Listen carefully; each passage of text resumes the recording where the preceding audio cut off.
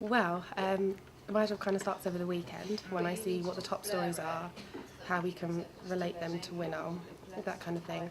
And then on a Monday, we have a news meeting where I basically say to my reporters, what do you have? And they say, oh, I've got this great story and I've got this interview lined up. And then I have to decide what my top story is, the order of them all, how I can change it up and make it more of a show. Like, do I want a studio guest? Do I want to have some oeuvres, which are just pictures that the presenter talks over? The news board, that's basically for a visual aid for everyone. So it's not just for me, and it's how I tell my editor, who's above me, Charlotte Clark, what the stories are. Up there goes what the top story is and the order, and it's where people find out how long they have for their package.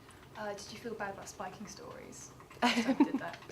Yeah, a little bit, but it's so important. Like, they do it all the time in the business, and to be honest, a lot of the stories that get spiked do get used on the day, because Wednesday at 11 o'clock someone could lose all their files, everything could go offline, and then I know I've got something in the bank that I can just put up in the bulletin, take up the time. I think everyone has a very stressful job on WINOL. There's a lot to do, and there's different times. Like, on a Monday and a Tuesday, the reporters maybe, because they're going out doing the interviews, actually getting the work done. On a Wednesday, production, completely hectic.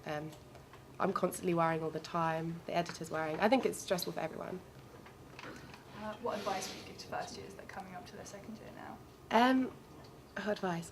I think I'd say do as much practice as you can. If you can get work experience, then get that.